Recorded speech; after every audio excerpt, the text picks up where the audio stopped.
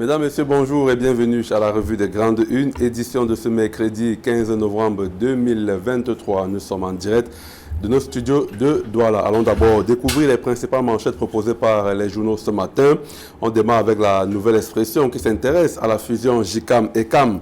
Révélation sur le rapport du traité de fusion, titre précisément la nouvelle expression de ce jour. La fébrilité et la panique observées dans le camp de ECAM et du JICAM ces derniers temps sont révélatrices des contradictions cachées dans ce même rapport du traité de fusion et qui vont peser très lourd dans les prochaines joutes judiciaires. Comme l'écho d'un chant de cygne, s'exclame la nouvelle expression. Vous aurez des détails en page 2 de l'édition de ce matin. À la une du Messager, on s'intéresse au projet de l'Ompanga et des Natigal. Le sermon du père Olivier Eves, titre le Messager. Spiritain et non moins porte-voix des populations de la Haute-Sanaga. À travers la SILAD COP-CA, il porte le plaidoyer des victimes des impacts négatifs de la construction de ces deux barrages. Des détails en pages 6 et 7 du journal Le Messager. En pied une du Messager, nécrologie, la presse qui est en deuil. Moïse ne verra pas la terre promise. Journaliste du quotidien Le Jour, Moïse Mundi a rendu l'âme hier, vaincu par un AVC, nous dit le journal Le Messager. Et Moïse Mundi, le défunt qu'on retrouve à la une du quotidien Le Jour, son journal qu'il employait, Nécrologie, il s'appelait Moïse Mundi. Le décès brusque de notre collègue, survenu des suites d'un AVC ce 14 novembre 2023, nous laisse dans les mois et la tristesse, disent donc ses collègues qui sont abattus depuis hier après la disparition de leur collègue Moïse Mundi. À la une de mutation de ce matin, Immigration Canada, le nouvel Eldorado, titre le journal ce matin. De nombreux Camerounais, étudiants et travailleurs empruntent de plus en plus cette destination. En quête de mieux-être, les candidats à l'exil dépensent d'importantes sommes d'argent. Reportage à lire en page 5 du journal Mutation. En 21 de synergies africaines, on retrouve ce sujet à la une de Cameroun Tribune. La motivation intacte, indique le quotidien bilingue gouvernemental. Dans un message délivré à l'occasion de l'anniversaire de l'ONG panafricaine ce 15 novembre, la présidente fondatrice, Mme Chantal Biya, réitère son engagement à poursuivre son combat acharné pour un monde plus solidaire et plus inclusif. Évocation dans les colonnes du journal Cameroun Tribune. À la une de l'Œil du Sahel de ce matin, projet Viva Logon, le plan Marshall pour la Sèmerie, titre le journal L'Œil du Sahel, le journal qui rappelle donc la société d'expansion et de modernisation de la riziculture de Yagua Sèmerie affichait des ambitions de production globalement en baisse pour 2023. Cette année, elle entendait notamment produire 80 000 tonnes de riz paddy sur une culture de 12 500 hectares. Vous aurez des précisions dans les colonnes du journal L'Œil du Sahel. Le Forum Libre nous amène à l'Assemblée nationale ce matin. Menace sur le vivre ensemble camerounais. Pourquoi le limogeage de Bouka Abdourahim doit servir d'exemple, titre le Forum Libre. Démis de ses fonctions de directeur de cabinet du président de l'Assemblée nationale et remplacé par Kamsouloum El Hadj Hakimi. L'information a été relayée au journal parlé de 17h du Pôle national de la CATV du 9 novembre 2023 au grand bonheur de l'opinion avant d'être contredite dans les réseaux sociaux. Et curieusement, le statu quo demeure, ce qui soulève des interrogations sur ce vrai ou faux limogeage et remet au goût du jour l'administration décriée du magistère du PAN Cavaillé Yégué Dibril à la Chambre basse du Parlement depuis 31 ans. Dans tous les cas, le départ de Bouka Abdourahim reste un impératif pour servir de leçon exemplaire et à d'éventuelles personnes qui tiennent des discours qui fragilisent le vivre ensemble camerounais. Vous aurez d'autres détails dans les colonnes du Forum Libre de ce matin. À la une d'Éco-Santé, prix africain du leadership en santé, le congrès scientifique international s'ouvre ce jour, nous apprend Éco-Santé. C'est le recteur de l'Université de Yaoundé 1, le professeur Maurice Aurélien Soso, qui va présider la cérémonie d'ouverture ce 15 novembre 2023 à 10h à l'amphithéâtre 700 de la faculté de médecine et des sciences biomédicales de l'Université de Yaoundé 1. Le dit congrès est placé sous le thème responsabilité sociale en santé, gage de l'amélioration des systèmes de santé en Afrique. Et voilà, c'est tout donc pour les journaux sélectionnés dans le cadre de cette émission. On va à présent décrypter quelques-unes de ces parutions avec nos invités en plateau. Il est déjà avec nous. Idriss Sissom, bonjour Idriss et bienvenue.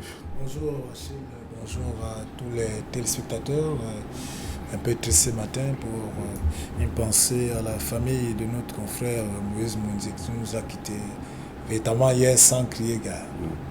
Moïse Mondi qui était donc journaliste au quotidien Le Jour. On a d'ailleurs vu la une du quotidien Le Jour. Il s'appelait Moïse Mondi, foudroyé par un AVC hier en mi-journée. On pense donc à sa famille nucléaire, à ses collègues, à l'ensemble de la presse. Quelqu'un que vous avez côtoyé, certainement Idriss Sissom. Oui, bien sûr, avec toujours jovial, un ancien handballeur et même toujours fan de handball.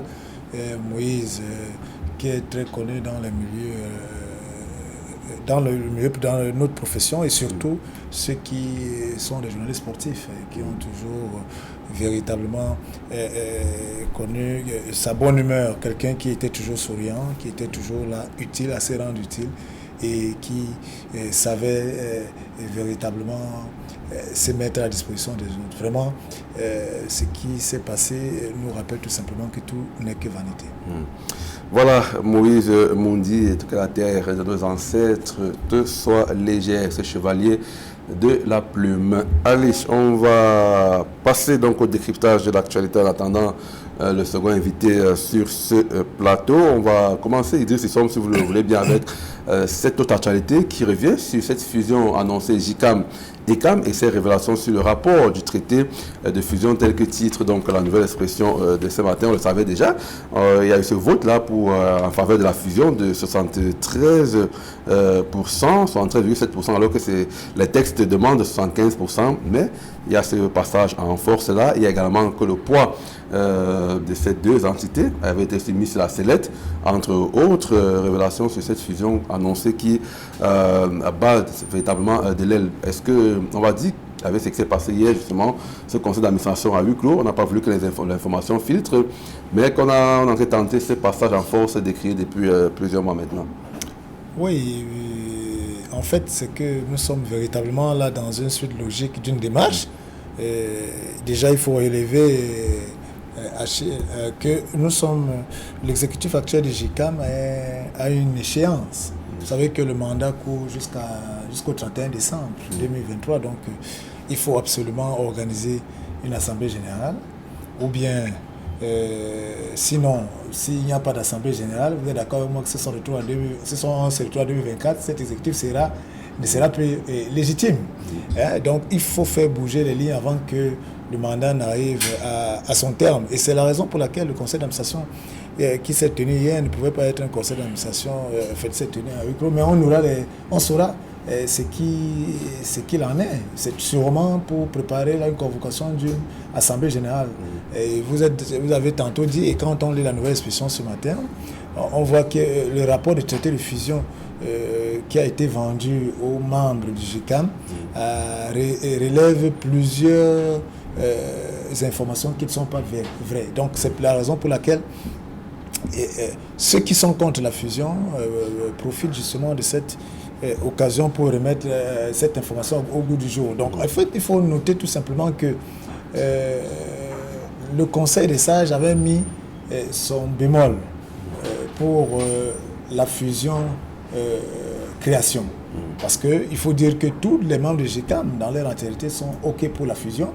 Mais maintenant, est-ce que le camp de l'exécutif actuel est pour la fusion création? C'est-à-dire qu'il faut créer une nouvelle entité et qui va partir sur une nouvelle base, sur une base nouvelle, et comme si rien n'existait. Bon, pas comme si rien n'existait, mais en fait, une entité nouvelle qui va demander à ce que... Donc, on dit que tout cela est fait pour pouvoir permettre à l'exécutif actuel de rempiler. Alors que, selon les textes de JICAM, l'exécutif actuel est arrivé à la fin du mandat et il ne devrait plus se représenter.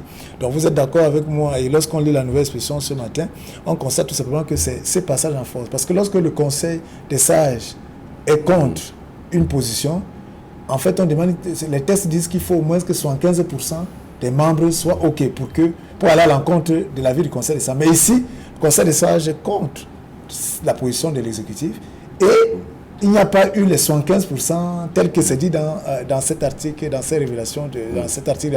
L'article 17.3, justement, voilà. En cas d'avis défavorable du Conseil. Donc, nous sommes face à un passage en force.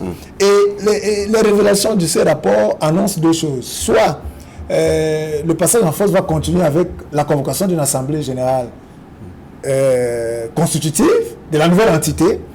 Et cela, pour eux, sera attaqué parce que cette convocation ne va pas ne respectera aucun texte de l'ancien GICAM qui existait, c'est-à-dire que passage en force, donc c'est possible d'être attaqué. Donc on se retrouve en fait dans une relation qui va naître avec des soubresauts, on risque de se retrouver véritablement avec une entité qui n'a véritablement pas la légitimité qu'il faut. Ça c'est d'une option. Maintenant il y a aussi que vous voyez quand la presse aujourd'hui véritablement reprend cette affaire en main, c'est parce que il faudrait tout simplement pas que la presse soit manipulée dans cette affaire. C'est-à-dire que chaque camp voudrait tout simplement faire la bataille, de l'opinion. On est face à une bataille de l'opinion où ceux qui sont pour la fusion-absorption veulent faire montrer à l'opinion publique qu'ils sont de bonne foi et qu'ils veulent tout simplement passer à autre chose. Mais là, ceux qui sont contre aussi démontrent véritablement les failles que la démarche actuelle est en train de produire. Donc, je finis pour dire tout simplement que tout revient aux membres du GICAM, Achille. En fait, c'est les membres du GICAM qui doivent pouvoir se décider puisque c'est leur organisation. C'est vrai que ces membres ont délégué à un exécutif, mais tel que c'est parti avec deux camps qui s'affrontent, avec les soubresauts qui s'annoncent, que font et que pensent véritablement les membres du GICAM? Vont-ils adhérer à l'option de la fusion création, ou bien à l'option de la fusion, ou bien s'opposer, ou bien rester dans le GICAM tel qu'il est actuellement? J'espère que les membres doivent réagir. Je vais vous poser une autre question, sur le climat des affaires, mais juste, il serait judicieux de, peut-être pour ceux qui nous regardent, ce qu'on a vu à la une de la nouvelle expression donc de ce matin, ces deux personnalités, c'est effectivement le président du GICAM et le président de ECAM, dont les deux, qui ont conduit cette fusion qui est annoncée. Donc, c'est Saint-Abamba d'un côté et Protais Ayama de l'autre, qu'on voit à la une de la nouvelle expression. Ça, c'est pour nos téléspectateurs. Alors, la question qu'elle pose, c'est justement ce feuilleton-là, qui dure depuis plusieurs mois. Est-ce qu'il n'est pas de nature, quand même, à saper un peu le climat des affaires au Cameroun? Est-ce qu'on peut encore véritablement évoluer en termes d'affaires dans ce climat-là, même ceux qui voudraient peut-être adhérer au GICAM ou à peut-être une possible fusion, création ou absorption? Mais bien sûr, il y a des effets. Aujourd'hui, même les membres du GICAM, s'ils sont dans une organisation à laquelle ils ne font plus confiance à l'exécutif, vous êtes d'accord avec moi qu'il y aura une attitude. Soit les membres du GICAM vont être dans l'organisation et ne plus payer les cotisations, soit les membres du GICAM vont véritablement, soit maintenant les partenaires du GICAM, c'est-à-dire même le GICAM qui est un organe de pression, qui est un organe corporatif.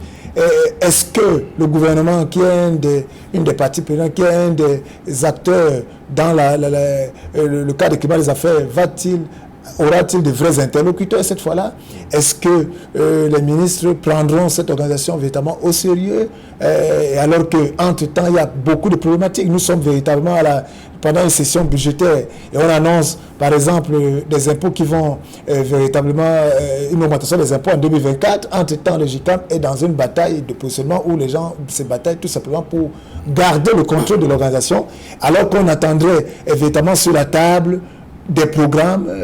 Mais il y a des membres du GICAM, il faut le relever, à Chekamga, qui pensent à une refondation du GICAM, qui a même fait le tour du Cameroun pour expliquer comment ils aimeraient voir le patronat actuellement, en tenant compte des enjeux actuels, en tenant compte de tout ce qui tourne autour véritablement de l'environnement des affaires aujourd'hui. Donc il faut dire, est-ce que ceux-là, les camps qui se battent, ont-ils une proposition sur la table en termes de vision, en termes de démarche, en termes véritablement de transformation? Est-ce que ce n'est que lié au texte, ce n'est que lié au positionnement de tel ou tel pour venir diriger l'organisation? Donc vous voyez que nous sommes là face à une situation qui fragilise plutôt l'organisation patronale et qui risque de permettre de faire de telle sorte que cette organisation, si par exemple il y a un passage en force, qui va être une structure qui n'aura plus véritablement la puissance souhaitée, c'est ça le danger, ou bien une structure dans laquelle on verra un ensemble de membres qui vont faire véritablement comme l'école buissonnière, ou bien qui vont se retirer, parce que vous savez, les patrons ne sont pas, ils ne vont pas véritablement créer peut-être de trouble à l'ordre public. Parce que vous savez qu'ailleurs, déjà, c'est vrai pour dire que non, il n'y a pas d'assemblée générale, mais je ne vois pas les patrons te le faire. Mais est-ce que la manière dont la presse s'accapare de cette actualité aujourd'hui nous amènera-t-il à une réaction? Est-ce que le ministre de l'administration territoriale, comme il l'a fait la dernière fois, pourra-t-il se lever et dire, empêcher à ce que cette assemblée générale soit organisée?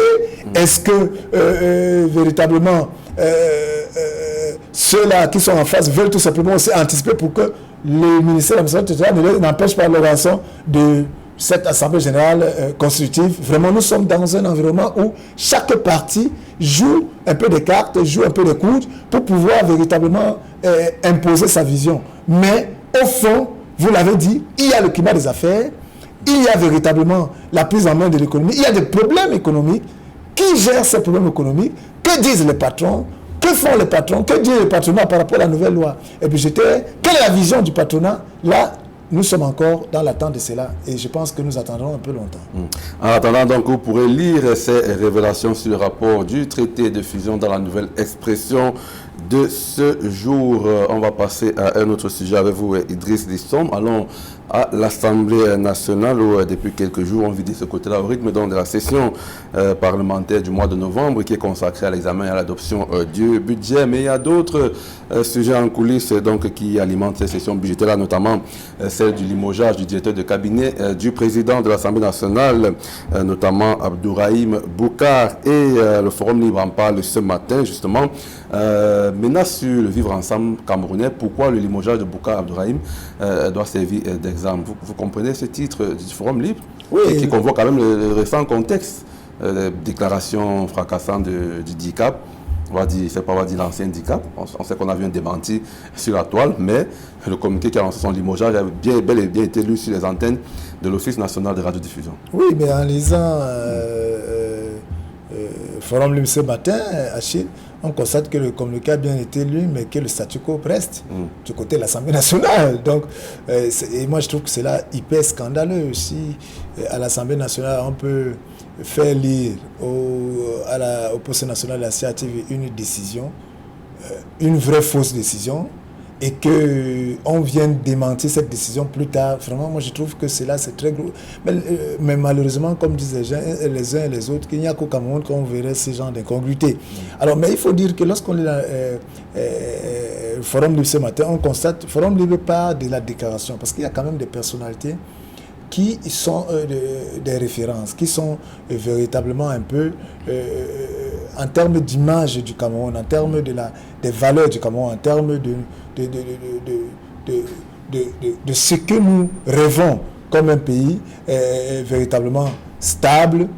Lorsque le directeur d'un cabinet du président national fait un type de déclaration, si cette déclaration-là va à l'encontre des valeurs du pays, normalement dans un pays sérieux et normal, je vous assure, Achille, normalement, on ne devait même pas être en train de débattre là-dessus. Ce monsieur aurait démissionné depuis longtemps. Mais voilà, nous sommes dans un environnement où ce qui est normal est anormal. Et un peu comme on le disait un peu dans le mandat de Saint-Ben Ousmane, c'est-à-dire que nous sommes dans un environnement où l'honnêteté est un délit de nos jours, où ce sont plutôt les malhonnêtes qui règnent et qui nous imposent la manière de voir. Donc, je pense que aller Forum Libre, il faudrait véritablement sévir. Parce que si c'est là, on ne sévit pas par rapport à ce type d'attitude. Ça va aller grandissant et en fait, on va se retrouver dans un environnement où les gens vont se permettre de dire n'importe quoi et de faire n'importe quoi, même si cela n'est pas vérifié en termes de réalité. Mais un directeur de cabinet du président de l'Assemblée nationale qui dit nous avons mené telle stratégie pour écarter tel, pour mettre tel, parce qu'il faut le faire. Je vous assure que ce sont des choses qui ne doivent pas se dire en public. Et si c'est dit, il faut prendre les mesures qui s'imposent. Heureusement, nous avons le directeur de publication du Forum Libre avec nous sur ce plateau, Prince Hayassine Gekam. On va donc vous accueillir à chaud justement sur cette une-là. Vous dites entre autres que la tête du DICAP n'était pas non seulement réclamée au niveau de l'Assemblée, mais même dans l'opinion publique. Pourquoi est-ce qu'il était vu d'un mauvais œil, Abdourahim Boukar? Écoutez, vous savez que depuis pratiquement 8 ans, nous vivons une grosse affaire, c'est-à-dire que la crise anglophone. où des gens ont estimé à la base qu'ils ont été discriminés. Et vous avez les discours de haine qui prolifèrent au sein de l'opinion, et qui à un moment a pris une sorte d'ascendance sur les réseaux sociaux où des gens se permettent de dire des insanités sur des tribus et autres, ce qu'on n'avait pas connu il y a par exemple 10, 15, 20 ans. D'autres diront que non, avec l'avènement des réseaux sociaux, ça a permis de mettre au devant de la scène ce que les gens pensaient tout bas exactement. Donc, ce qu'il faut noter ici sur l'affaire Bouka Abdourahmane, c'est que, je ne dirais pas malheureusement, quand vous voyez un adulte, parce que ce n'est pas un enfant, ce n'est pas un enfant de 5 ans ou un enfant de 10 ans, un adulte tenir ce type de discours, non seulement comment je vais dire ça, de discrimination, mais de menaces même au vivre ensemble, à notre vivre ensemble. Le vivre ensemble, c'est quoi? Chaque jour ici, sur nos plateaux de télévision, nous disons que le Cameroun doit se construire avec tous ses enfants. Et donc, vous avez une autre personnalité. Parce qu'il n'est pas n'importe qui. Il n'est pas n'importe qui. C'est quand même le directeur du cabinet de la 3e personnalité de la République du Cameroun qui va dans son village et tient un type de discours. Parce qu'il faut le rappeler. Il faut le rappeler pour que les gens comprennent comment je vais dire ça, la dangerosité même de ce discours-là, qui affirme qu'ils ont mené des stratégies, comme il disait, pour arracher, je dis bien, écoutez le thème, pour arracher des postes pas seulement à nos frères du Nord-Ouest, mais à nos frères même du Grand Nord. C'est-à-dire qu'il parle comme fils de Tokombele, qu'ils ont arraché des postes à d'autres fils des autres départements du Grand Nord, je préfère le dire comme ça, et qui va plus loin en disant, nous avons encore arraché des postes à d'autres fils du Ndonga Matou, c'est-à-dire que de la région du Nord-Ouest, et nous les avons remplacés par les nôtres. C'est un discours qui le tient en public. Ce n'est pas dans une réunion ou alors dans une maison où on veut parler peut-être de stratégie ou alors encourager les militants peut-être à voter, à faire, du moins, à avoir à continuer à faire par exemple les yeux doux au PAN ou à lui-même. Mais c'est en public. Je dis bien, c'est en public. Et donc, lorsque ce discours est sorti, vous avez vu sa réaction. Sa réaction était d'organiser une grosse campagne. Une grosse campagne pour dire que non, il ne voulait pas dire ci, il ne voulait pas dire ça. Il demande aux gens de soutenir le RDPC et par conséquent son président national, le président Paul Biya. Mais est-ce que le débat est là? Le débat n'est pas là. Le débat, c'est qu'il y a une autre personnalité qui tient des discours qui menacent notre vivre ensemble. Et depuis un certain temps, nous avons créé des instruments. L'État du Cameroun a créé des instruments comme vous avez le truc du bilinguisme et autres multiculturalisme. C'était dans le sens de résoudre à la base et en grand renfort de publicité ce type de problème. Et donc vous avez une personnalité qui tient ce type de discours, et je fais partie de ceux-là, les premières personnes à monter au créneau pour dire non. Il faut sanctionner. Il faut sanctionner pour que s'il y a des gens qui s'avisent ou alors qui rêvent, même tenir ce type de discours pour menacer non seulement notre vivre ensemble et par ricochet notre paix sociale, il faut qu'ils servent d'exemple. Et nous avons suivi tous une note qui a été signée, qui a été lue. Et c'est ça là où le Cameroun devient très dangereux. Et ça qui est très intéressant. Qui a été lue au poste national de la télé, comment je vais dire ça, au poste national, au journal parlé de 17h. De la CRTV Radio, qui est, pour ceux qui ne sont pas au Cameroun, qui est le média public, le média gouvernemental, qui a été lu que ce monsieur a été démis de ses fonctions et remplacé. Et je dis bien est remplacé, mais depuis lors, comment je vais dire ça, l'installation du nouveau directeur de cabinet était prévue entre lundi et mardi. Pour lancer un démenti justement qui a circulé plutôt sur les réseaux sociaux cette fois-ci.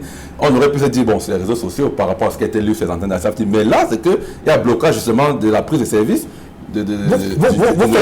Vous faites bien de rappeler un peu ce parallélisme de forme. En principe, lorsque le décret à l'arrêté du président de cabinet a été lu au niveau de la CRTV, si un démenti était sérieux, si c'était un démenti sérieux, ce démenti-là devait être lu, ça y est, le parallélisme de forme, au niveau de la CRTV pour dire non, c'était un fake ou alors c'est un document qui a été fabriqué et envoyé au niveau de la CRTV.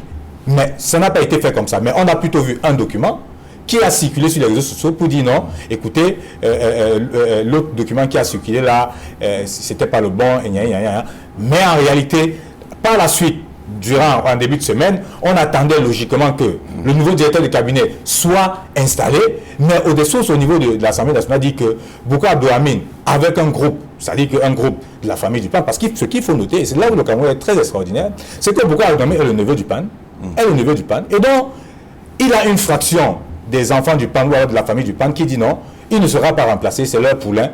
Et d'après les différentes sources, on sont allés jusqu'à menacer le PAN de revenir expressément sur la décision qu'il aurait signée parce que, dit-il, il aurait reçu les pressions de la présidente de la République. Et même si c'était les pressions de la présidente de la République, je peux vous dire que ceux qui ont initié cette sanction-là ont eu raison. Je dis même pour la symbolique. Je dis même pour la symbolique, pour que les gens se disent, ce ne sont pas des discours comme ça qu'on devrait tenir en public, ou alors même en petit comité. Vous voyez un peu. Et la troisième chose qui est très dangereuse, c'est que, et qui risque de faire jurisprudence, c'est que si le directeur de cabinet qui a été nommé, et dont le décret a été lu au niveau de la télévision, au niveau de la radio, la radio nationale, n'est pas installé, j'ai bien peur, et je m'adresse aux gens de Yaoundé, au pouvoir de Yaoundé, j'ai bien peur que, quand on démet quelqu'un de ses fonctions, et qu'ils disent qu'il ne bougeait pas de là, parce que si le cas de Bouka Abdouhamine n'est pas résolu, c'est-à-dire qu'il n'est pas résolu, vous verrez une suite de... J'ai bien peur qu'on assiste à une suite de rébellion des agents publics qui ont été démis de leurs fonctions, mais qui refusent de céder le siège à la personne qui devrait leur remplacer. On est là dans un pôle qui ne dit pas son nom. Idriss, je vais vous poser une question. Justement, ce malaise, est-ce que ça ne traduit pas un peu le fait que, comme certains l'ont dit, le président Kavaye Guédibril est pris en otage, il contrôle encore finalement son institution, son cabinet, ses proches, etc. Je dis que c'est très bien que ça arrive à ce niveau-là. C'est pour nous montrer que la situation est plus très grave. Hein.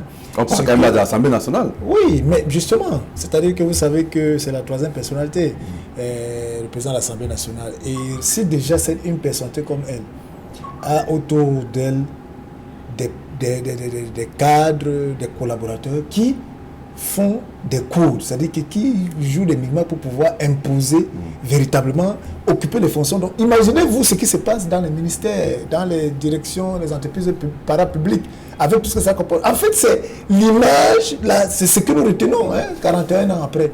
C'est-à-dire qu'on est véritablement à la veille du RDPC, ils sont les militants du RDPC, moi je dis, et c'est ce qu'ils nous montrent, à mon vision, c'est-à-dire leur capacité. 41 ans après, nous sommes dans un environnement où on a un président de l'Assemblée nationale qui ne maîtrise pas son cabinet, qui ne maîtrise pas ses arrêtés, qui ne peut pas installer un directeur cabinet qu'il nomme. 41 ans après, et ça, c'est ça qu'on doit applaudir. Donc en fait, je vous assure que ça se fait à l'Assemblée nationale. Donc imaginez donc ce qui se passe dans les ministères et dans les sociétés parapubliques. C'est ce que ça montre. Donc moi je dis c'est tellement grave que c'est nous qui voyons que c'est grave, mais les concernés pour eux dorment tranquille. Et ils jubilent, mais je vous assure, c'est ça qui est c'est ça qui fait peur. C'est ça qui véritablement est révoltant. C'est-à-dire que nous sommes en 2023, on se comporte comme si on était dans un chaos généralisé, alors que nous sommes encore lucides, on pense l'être. Et on voit un président de l'Assemblée nationale qui peut faire un arrêté. Comment est-ce que l'arrêté a fait pour quitter l'Assemblée nationale et arriver à la CACIV? Cet arrêté a été lu. Subitement sur les réseaux sociaux, les réseaux sociaux maintenant encore qualifient de fake, c'est là où il y a l'information. Comment des jours après on n'arrive pas à installer? Donc vous voyez, et quand on écoute le président Sengheta qui nous relève certaines choses qui parlent de blocage, mais je vous assure que c'est comme ça, ce que nous vivons à l'Assemblée nationale, c'est comme ça que nous allons le vivre. Parce que nous sommes arrivés dans un environnement où on a laissé faire, dans un environnement où on veut contenter ses proches, on est prêt à tuer le vivre ensemble parce qu'il faut faire plaisir à ses proches, à des gens qui nous tiennent par-ci, par-là. Et ce qu'on vit à l'Assemblée, on le vit dans les ministères. Vous n'avez qu'à, je vous dis, allez faire les enquêtes, vous allez constater que c'est la même chose. Donc, moi, je suis seulement amusé et je me dis, c'est 41 ans après. C'est ce que nous récoltons. Vraiment, ça veut dire que c'est triste pour notre pays. Oui, rapidement, je pose la question, vous allez répondre, parce que c'est quand même intéressant. Chaque fois qu'il y a cette situation, tout de suite on trouve un raccourci, on dit qu'il faut appeler le chef d'État pour trancher le président de la République, même pour des problèmes de personnes, etc. Est-ce que là, il faudra encore interpeller le chef de l'État? Parce que vous avez suivi le discours d'ouverture du président qui a bien, du président de l'Assemblée nationale qui a bien dit que les pouvoirs sont séparés. D'ailleurs, on ne sait pas beaucoup interpréter en tant qu'il y a le pouvoir exécutif, législatif et judiciaire, qu'il y a bien séparation des pouvoirs. Est-ce que c'est à dessein le fait de le préciser? Oui, c'est bien de le rappeler. C'est bien de le rappeler, mais ce que je voudrais... Je dis même, c'est même très bien. C'est même très bien. Oui, je dis, c'est même très bien.